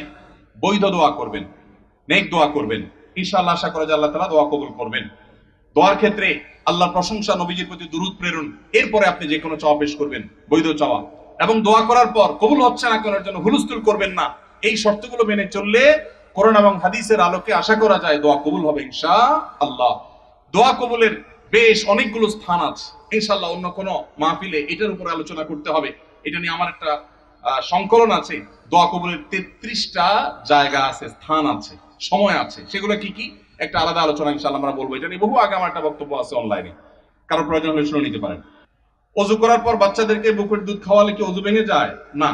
বুকের দুধ মায়েরা যদি বাচ্চাদেরকে খাওয়ান ওযু অবস্থায়, ওযুর কোনো ক্ষতি হবে না, কারণ দুধ এটা কোনো নাপাক জিনিস না। শরীর থেকে নাপাক জিনিস বের হলে তখন মানুষের ওযু ভঙ্গ হয়। যেহেতু মায়ের বুকের দুধ এটা কোনো অপবিত্র জিনিস না, নাপাক না, অতএব বাচ্চাকে দুধ খাওয়ালে তাতে ওযুর কোনো ক্ষতি হবে না। বোনের হক আদায় করা গুরুত্বপূর্ণ কাজ, কিন্তু যদি এমন হয় যে 2 ভাইয়ের মধ্যে একজন বোনের হক দিতে আগ্রহী, অপরজন দিতে রাজি নন, এক্ষেত্রে যিনি দিতে চান তিনি যে দিতে পারছেন না তার জন্য গুনাহ হবে কিনা? ভাইরা আমার, এই প্রশ্ন অনেকের। অনেক পরিবারে একজন ভাই আল্লাহ ভীরু, তিনি বোনের হক দিতে চান, আল্লাহর ভয় আছে, কিন্তু বাকি ভাইরা দিতে চান না। কি করবেন? উত্তর হলো, যে ভাই দিতে চান তিনি বাবার সম্পদ থেকে, ধরা যাক 2 ভাই আছেন, 1 বোন আছে, ওই 1 বোনকে দিবেন বলে 1 ভাই রাজি না, আরেক ভাই রাজি। যিনি রাজি, বাবার সম্পদ থেকে 50% করে 2 ভাই ভাগ করে নিয়েছেন। যদি এমন হয়, তো যেই ভাই দিতে রাজি তিনি তার 50%-এর মধ্যে বোনের হক কতটুকু, কোন আলেমের কাছ থেকে জিজ্ঞেস করে যে আমার ভাগে কতটুকু আসছে, ততটুকু তিনি দিয়ে দিবেন। অপর ভাই যে তার ভাগের অংশটা দেন নাই, এর জন্য তিনি আল্লাহর কাছে বুঝবেন। এখন যদি আপনি মনে করেন 1 ভাই যদি দিতে চাচ্ছেন, আমি কি করব? আপনার করার আছে, আপনার অংশ থেকে আপনি আপনারটুকু দিয়ে দিবেন, ইনশাআল্লাহ আল্লাহর কাছে আপনি দায়মুক্ত হয়ে যাবেন। কেউ মারা গেলে বা ধর্মীয় পরিচয় দিতে গেলে বলা হয় তিনি সম্ভ্রান্ত মুসলিম পরিবারে জন্মগ্রহণ করেছেন। আমার জানার বিষয় হলো, সম্ভ্রান্ত পরিবার বলতে কি বোঝানো হয়? ভাইরা আমার, খুবই প্রয়োজনীয় একটি প্রশ্ন। বহু আগে আমি, আমার ফেসবুক আইডি ছিল একটা, আইডিটা ডিঅ্যাক্টিভ হয়ে গেছে, নাই এখন আর, সেখানে আমি এই বিষয়ে একটা ছোট্ট স্ট্যাটাস লিখেছিলাম, অন্তত 10 বছর আগে হয়তো। এটা খুবই গুরুত্বপূর্ণ বিষয়। আপনারা প্রায় শুনবেন কোন নেতা, কোন পয়সাওয়ালা বা যে কোনো মানুষ মারা যাওয়ার পর তার ব্যাপারে কোনো নিউজ করা হলে বা কোথাও লেখা হলে, এমনকি পরিচয় দিতে গেলে, ধর্মীয় পরিচয় দিতে গেলে বলা হয় তিনি অমুকের ছেলে অমুক, তিনি অমুক গ্রামের একটি সম্ভ্রান্ত মুসলিম পরিবারে জন্মগ্রহণ করিয়াছেন। আপনারা পড়ছেন না, পড়েন না এরকম লেখা? এই যে সম্ভ্রান্ত মুসলিম পরিবার বলা হয়, এটা আমার একান্ত ব্যক্তিগত দৃষ্টিভঙ্গি, এটা আমি মনে করি খুবই গর্হিত একটা শব্দ। এমনি সম্ভ্রান্ত শব্দ, এই শব্দ নিয়ে ভিন্ন আলাপ আছে, আমি সেদিকে যাচ্ছি না, শব্দ বিশ্লেষণে যাচ্ছি না। সম্ভ্রান্ত বলতে বোঝানো হয় আশরাফ, অভিজাত, কুলীন, তারপরে আশরাফ মানে খুব বেশি সম্মানীয়। এই যে বংশ এবং পরিবারের মধ্যে কুলীন আর অকুলীন, এই ভেদাভেদ কাদের মধ্যে আছে? হিন্দু ভাইদের মধ্যে আছে, ঠিক না? ঠিক। হিন্দুদের মধ্যে জাতের ব্যবধান আছে না নাই? হিন্দুদের মধ্যে সব জাতের মানুষ কি সমান? তাদের মধ্যে সম্ভ্রান্ত জাত আছে, আবার একেবারে অসম্ভ্রান্ত জাত আছে। মুসলমানদের মধ্যে কিরকম সম্ভ্রান্ত অসম্ভ্রান্ত বলতে কোনো ভেদাভেদ আছে? আল্লাহ বলেছেন পরিষ্কার ভাবে, এই আল্লাহ তাআলা এই পরিবারের পরিচয় সম্পর্কে বলেছেন, ইন্না খালাকনাকুম শুউবান ওয়া কাবাইলা, বিভিন্ন গোত্রে বিভিন্ন পরিবারে তোমাদের সৃষ্টি করেছি, লিতাআরাফু, পরিচয়ের সুবিধার্থে, চেনার সুবিধার্থে, ইন্না আকরামাকুম ইনদাল্লাহি আত্তাকুম, তোমাদের মধ্যে সবচেয়ে বেশি মর্যাদাবান সে যার ভিতরে তাকওয়া সবচেয়ে বেশি। পারিবারিক পরিচয়, বংশগত পরিচয়ের ভিত্তিতে কখনো মর্যাদার তারতম্য হবে না। অতএব সম্ভ্রান্ত আর অসম্ভ্রান্ত মুসলমানদের মধ্যে এই ধারণাটাই হলো হিন্দু থেকে আসছে, এবং একটি ভুল, একটা অপসংস্কৃতি, এটা আমাদের দূর করতে হবে এবং ত্যাগ করতে হবে ইনশাআল্লাহ। ইমাম সাহেবের পূর্বে মুক্তাদি সালাম ফিরালে নামাজ হবে কিনা? এটা অনেকের হয়, হয় না? হয় না? যাদের একটু তাড়াহুড়ার রোগ আছে, ইমাম সাহেব একটু কাশি দিতে গেলে মনে করে সালাম দিছে, সালাম ফিরে ফেলে, হয় কি হয় না? কিছু লোক আছে দেখবেন ট্রেনের মধ্যে একটু তাড়াতাড়ি যাওয়া দরকার, তো এদিকে জোর করে বগির মাথে মাথা হাঁটে, কেন? তার তাড়াতাড়ি যাওয়া দরকার। সে বেশি জোরে হাঁটলে কি ট্রেন তাড়াতাড়ি চলবে, আগে পৌঁছাবে? কিন্তু সে চেষ্টা করে। তো আপনি যতই হুলস্থুল করেন, ইমামের আগে তো নামাজ শেষ করতে পারবেন না। এই জন্য ইমামের আগে কোনো কাজ করা এটা ভুল। নবী সাল্লাল্লাহু আলাইহি ওয়াসাল্লাম বলেছেন, ইন্নামা জুইলাল ইমামু লিউতাম্মা বি, ইমাম দেয়া হয়েছে তাকে অনুসরণ করবার জন্য। ইমাম যখন রুকুতে যায় তারপরে রুকুতে যাবা, যখন সিজদা যায় তারপরে সিজদা দিবে, যখন সালাম ফিরে তারপরে সালাম দিবে, এই হলো নবী সাল্লাল্লাহু আলাইহি ওয়াসাল্লামের নির্দেশ। অতএব ইমাম সালাম ফেরানোর আগে সালাম ফিরানো যাবে না। যদি কেউ ইমাম সালাম ফেরানোর আগে সালাম ফিরিয়ে ফেলেন, তাহলে হানাফি মাযহাবের ওলামাদের মতে নামাজ হয়ে যাবে, কিন্তু এরকম করাটা মাকরুহ। যেহেতু আমাদের এদেশি বিষয়ক মানুষই হানাফি ফিকহ ফলো করেন, হানাফি ফিকহ, হানাফি মাযহাব অনুযায়ী এটা মাকরুহ তাহরিমি, এটা করা উচিত না। কখনো যদি ভুলে হয়ে গেছে তাহলে সেটা মাকরুহ হবে না, সেটা মাফ। এটা অবশ্য সবার মতে, ভুলে হয়ে গেলে গুনাহ হবে না, নামাজ হয়ে যাবে ইনশাআল্লাহ। তাহলে হানাফি মাযহাবের ওলামাদের মতে নামাজ হয়ে যাবে, কিন্তু কাজটা অনুচিত। আর যদি একান্ত অসতর্কতাবশত হয়ে যায় তাহলে সেটা মাফ, কোনো অসুবিধা নেই, নামাজ তো সর্বাবস্থায় হবে। রবিবারে বাঁশ কাটা অমঙ্গল, এই কথার কোনো ভিত্তি আছে কিনা? এটা কুসংস্কারের জন্য কথা ভাই। ছেলে মেয়ে পালিয়ে বিয়ে করলে তাদের বিয়েতে সাক্ষী হওয়া যায় আছে কিনা? পালায় বিয়ে করবে কেন?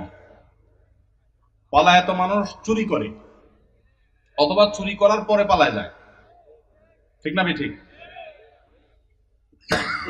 হয় পালায় পালায় চুরি করে, আর নাহলে চুরির পরে ধরা পড়লে পালায় যায়। বিয়েকে ভালো কাজ না খারাপ কাজ? এই ভালো কাজটা পলায় কেন করবে? বাবা মাকে জানায় করতে হবে। কোন ছেলে মেয়ে এরকম পলাপলি করে বিবাহ করতে গেলে তাদের বিবাহের সাক্ষী না হয়ে পারলে ধরে বাপ মার কাছে নিয়ে আসবেন, এনে বলবেন চাচা এবার আপনি বিয়ের ব্যবস্থা করেন, আমি এবার সাক্ষী হই। আমি পলাপলির বিয়েতে সাক্ষী কেন হতে যাব? এটা বন্ধ হওয়া উচিত। এবং বন্ধু হিসাবে ওই বন্ধুর উপকার করতে চাইলে কোনোভাবে কলা কৌশলে চাচা চাচিকে রাজি করিয়ে বিয়ের ব্যবস্থা করবেন, কিন্তু পলাপলি করে যেন তারা বিয়ে না করে, প্রয়োজন অপেক্ষা করে বাবা মাকে রাজি করার চেষ্টা করে, সেটা তাদেরকে বোঝাবেন। জনাব, আমার ভাগ্নির একটা ছেলে ও মেয়ে 3-4 বছরের বাচ্চা আছে, তার স্বামী ঝগড়া অবস্থায় তালাক শব্দ ব্যবহার করেছে। সবাই এই সংসার মিলায়া দিয়েছে 2 বছর পূর্বে। এখন আবার গত 20 দিন আগে 3 তালাক ঝগড়া অবস্থায় দিয়েছে। এখন তওবা পড়ে নেওয়া যাবে কিনা জানাবেন। তালাক হলে মসজিদে হারামের শেখ সুদাইস সহ অন্য যত ইমাম সাহেবরা আছেন ওনারা সবাই যদি এনে ওনাদেরকে আনানো হয়, ওনারা আসার পরও যদি জামাই বউকে তওবা পড়ায় দেয়, তারপরও সে বিয়ে টিকবে না। এই মাসআলাতে পৃথিবীর কোনো আলেমের কোনো ভিন্ন মত নাই। তালাক যদি হয়ে যায়, তওবা দিয়া সেটা কখনো রিকভার হয় না। এটা হলো ছুরি মারার মতো, দিলাম ছুরি মেরে, এরপরে তওবা করলাম, সরি বললাম, জিব্বা কামড়াইলাম, ইমাম সাহেব এসে আমার তওবা পড়াইলো, উনি তো জীবিত হয়ে যাবে না? হবে? সালাতুন জিদ্দুহুন্না জিদ্দুন ওয়া হাজলুহুন্না জিদ্দুন। আমার অনেক দিনের একটা শখ, তালাক নিয়ে একটা ওয়াজ করব, 2 ঘন্টার একটা ওয়াজ করব। কারণ এদেশে ঘরে ঘরে চুন থেকে নুন খসলে তালাক দিয়ে দেয়। এরা হলো ছোট লোক। এরা কোন লোক? কথায় কথায় যারা স্ত্রীকে তালাকের কথা বলে, এই পুরুষগুলো হলো ছোট লোক। মহিলাদের খুশি হওয়ার কারণ নেই। কথায় কথা যে মহিলা বলে আর করবো না, তোমার সংসার বাবা বাড়ি চলে যাবো, এরাও ছোট লোক।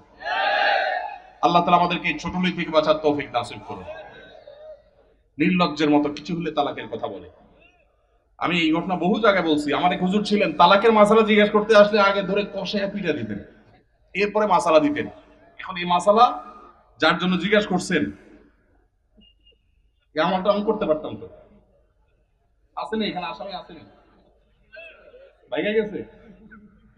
আসামি বলে ভাগছে প্রশ্ন দিয়া। ভাইরা আমার, চুন থেকে নুন খসলে তালাক দেওয়া জঘন্য অপরাধ, খুবই খারাপ অভ্যাস। যুবক ভাইরা, বউয়ের সাথে ঝগড়া লাগলে আমি বলি পারলে একটা চিমটি দিয়ে একটা ধাক্কা দিয়ে দিয়ে আল্লাহর রাস্তায় তালাক দিয়েন না। চিমটি ধাক্কা যদি বেশি দেন, ব্যথা বেশি পায়, আপনার বিচার করা যাবে, এটার একটা রিকভার করা যাবে, তবা টবায় কাজ হবে। কিন্তু তালাক দিয়ে বসছেন, তবায় কাজ হবে না। এই মাসআলায় তাদের সংসার করা না করার বিষয়ে এলাকার বড় আলেম বা বড় মাদ্রাসা গিয়ে কি ঘটছে পুরো বিস্তারিত জেনে তারপর উত্তর নেবেন। কারণ কোন বিশেষ কেস নিয়ে আমরা প্রশ্ন উত্তর এরকম সেশন উত্তর দেই না যে হ্যাঁ আর সংসার নাই বা আছে। কারণ তালাকের মাসআলা এভাবে উত্তর দেওয়া যায় না, পুরো ডিটেইল জানতে হয়। এটা কোনো আলেম বা কোনো দারুল ইফতায় গিয়ে কোনো ফতোয়া গিয়ে জেনেও তারপরে সেটা অনুযায়ী সমাধান করবেন। কিন্তু এইটুকু জেনে রাখেন, তালাক যদি হয়ে যায়, তওবা পড়ায় কোনোদিন তালাক টিকানো, সংসার টিকানো যায় না। এই জন্য তালাক দিতে সাবধান। কখনো মুখ ফসকের আগের চোটে তালাক দিবেন না। তালাক দিতে হলে ঠান্ডা মাথায় পরামর্শ করে ডিসিশন নিয়ে তারপরে সামনে আগাবেন। আল্লাহ আমাদেরকে তৌফিক দান করুন। তালাক চক্র কি আবার? এটা আবার কোন চক্র? তালাক দিয়ে টাকা খায় মানে? ও, ছেলে তালাক দিলে কাবিনের টাকা কে দিবে? ও, মেয়ে পক্ষ তালাক নেয় টাকার লোভে? বা ভালো ব্যবসা দেখা গেছে। ব্যবসার আইডিয়ার জন্য পৃথিবীবাসী বাঙালির কাছে আসা উচিত। বাপরে বাপ, কি মাথা! যে সমস্ত মেয়ের বাবারা মোটা অঙ্কের মোহর ধার্য করেন এই ধান্দায়, এরা নিকৃষ্ট বাবা। এই নিকৃষ্ট বাবাদের কপালে কখনো দুঃখ ছাড়া সুখ আসবে না। অনেক বাবা আছেন মোহর ধরেন 10 লাখ 20 লাখ, কেন? যাতে না ছুটে। এ ভাই, টাকা বেশি ধরলে কি বিয়ে বেশি টিকবে? মুরব্বী যারা আছেন খবর নেন, অল্প স্বল্প মহরের টাকা ছিল, কিন্তু বিয়ে মাশাআল্লাহ এখনো ঠিকই আছে। আর যুবক 10 লাখ 20 লাখ মহরের টাকা ফুটুস ফুটুস করে ভাঙে। ঠিক না ভাই? ঠিক। বাবাজির মহর টাকা কত ধরা হয়েছিল? বাবাজি আপনার মহর কত ধার্য হয়েছিল? 2 লাখ। কত আগে বিয়ে করছেন আপনি? হ্যাঁ, মনে পেছনে আপনি কি বড় লোকের ছেলে নাকি? সাধারণ মানুষ। আচ্ছা, সত্য সত্য বলেন, 2 লাখ কি দিয়েছিলেন? চাচিলে দিয়েছিলেন আপনি? সবর সবর সবর দিয়েছিলেন, সম্পদ দিয়েছেন। 2 লাখ হবে সেটা? আলহামদুলিল্লাহ, তাহলে তো দিছেনই। আপনারা এতক্ষণ ঠিক ঠিক বলে তো লাভ হলো না, মুরব্বী তো ঠিকই দিচ্ছেন মাশাআল্লাহ। 2 লাখের সম্পদ দিয়ে দিচ্ছেন চাচিলি, ওইটা আবার ফেরত ফেরত নেন নাই তো? নেওয়ার কোনো দান্দা টান্দা নাই তো? আলহামদুলিল্লাহ। হ্যাঁ, 5-2000। চাচা একটু দাঁড়ান তো বাবা, একটু দাঁড়ান, একটু দাঁড়ান। নারায়ে তাকবীর। বাবাজির মোহর কত ছিল? 2000 কত আগে বাবা?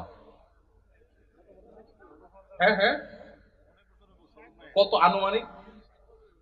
60 বছরে 2000 তো এখন 20 লাখ টাকার সমান মনে হয়। ওই টাকা কি সে আমলে শোধ করছেন না এখনকার আমলে এসে শোধ করছেন? হ্যাঁ, দিয়া ফেলাইছেন তখনই? তাহলে আস্তে আস্তে দিছেন, আলহামদুলিল্লাহ। এটাও একটা দৃষ্টান্ত উজ্জ্বল মাশাআল্লাহ। তো 2000 টাকার বিয়ে টিকছে তো? আছে তো চাচি? আছে তো? চাচি বেঁচে আছে? মারা গেছে? আলহামদুলিল্লাহ, বিয়ে টিকছে। আল্লাহ চাচিকে দুনিয়া থেকে নিয়ে গেছেন, আল্লাহ তাকে জান্নাতুল ফেরদৌস নসিব করুন। মেয়ের বাবারা যারা মনে করেন বড় অঙ্কের মহর ধার্য করলে বিয়ে টিকবে, এটা একটা নষ্ট চিন্তা। শুরুতেই যদি বিয়ে ভাঙার চিন্তা করেন, এখানে বরকত কোত্থেকে আসবে? ইন্না আযামান নিকাহি বারাকাতান আইসারুহা মাউনাতান। যে বিয়েতে সবচেয়ে মহর কম থাকে সেটা বেশি বরকতময় হয়। এই জন্য 10 লাখ 20 লাখের ভিতরে বরকত নাই। হ্যাঁ, কারণ আল্লাহ তাআলা সামর্থ্য দিয়েছে অনেক, সে 10 লাখ কেন 10 কোটি দিল ভিন্ন কথা। সামর্থ্য নাই, ছেলে বেতন পায় 10,000, মহর ধরছেন 10 লাখ টাকা। এটা ফায়জলামতে ছাড়া আর কিছু হতে পারে না। এই বিয়ে বাণিজ্য তালাকের বাণিজ্য করবেন না। আল্লাহ আমাদের সবাইকে বুঝার তৌফিক নসিব করুন। উকিল বাবার সাথে দেখা করা জায়েজ আছে কিনা, বাবা বলা যাবে কিনা? উকিল বাবা হলো 2 নম্বর বাবা। আমাদের সমাজে উকিল বাবার প্রথা অনেক বেশি আছে, আপনাদের এলাকায় আছে? এটা হলো 2 নম্বর বাবা, নকল বাবা। নকল, এই নকল বাবা হওয়াও জায়েজ নাই, এই নকল বাবা বানানো জায়েজ নাই। ভাইরা আমার, বিয়ে শাদীতে আমাদের দেশে মনে করা হয় যে একজন উকিল বাবা লাগে, এরকম একটা ধারণা আছে না নাই? মেয়ের ইজিন আনার জন্য গায়রে মাহরাম একজন উকিল বাবা হয়, অনেক সময় যায় অনুমতি আনে। এইভাবে উকিল বাবা বানানো পরিষ্কার ভাবে হারাম। পরিষ্কার ভাবে, মুরব্বীরা ভালো করে শুনে রাখেন, যারা যারা উকিল বাবা আছেন এই বাবাগিরি ছেড়ে দেন। বাংলাদেশে বাবার কোনো শেষ নাই। খাজা বাবা, উকিল বাবা, নাইটা বাবা, কত বাবা আছে। আল্লাহ তাআলা এই সমস্ত নকল বাবা থেকে আমাদেরকে হেফাজত করুন। বিয়ে উপলক্ষে কোনো উকিল বাবা টাবা চলবে না। নিজের বাবা বেঁচে থাকলে সেই বাবা তিনি নিজে নিজের সন্তানের বিয়ে দিবেন, ব্যাস। মেয়ের অনুমতি বাবা আনতে যাবেন। জাজ্জল্যমান বাবা উপস্থিত, আগাগোড়া 5 হাতি বাবা আছে, এরপরও দেখা যায় আরেকজন উকিল বাবা সেজে সেখানে নাটক করতে যায় অনুমতি আনার জন্য। এই নাটক করা জায়েজ নাই, পরিষ্কার ভাবে হারাম। পর্দাহীনতার কারণে, বিশেষ করে গায়রে মাহরাম কেউ যখন উকিল বাবা সাজে, ওই মেয়ে সারা জীবন তারে বাপ বাপ ডাকে, খানা খাওয়ায়। এটা আমাদের সামাজিক মানে একটা কুসংস্কার বলতে পারেন, এর সাথে ইসলামের কোনো সম্পর্ক। যুবকরা বিয়েতে কোনো উকিল বাবা যেন না থাকে। মুরব্বীরা যারা যারা যার যার বিয়ের উকিল বাবা আছেন, আল্লাহর হস্তে বাবাগিরি ছেড়ে তওবা করে আল্লাহর কাছে চলে আসেন, চেষ্টা করবেন তো ইনশাআল্লাহ। এই উকিল বাবার নাম দিয়া পর্দাহীনতা 2 নম্বরই হাজারটা জিনিস হয়। নিজের বাবারই খবর নাই, কিসের আবার উকিল বাবা? হ্যাঁ, উকিল বাবার লোকে বলে ভাগছে করবে। আল্লাহ মাফ করুক আমাদেরকে। এই যে বেশরীয়তি কাজ করলে তো একটা না একটা অঘটন ঘটবেই, এই জন্য এই সমস্ত অন্যায় কাজ করা যাবে না।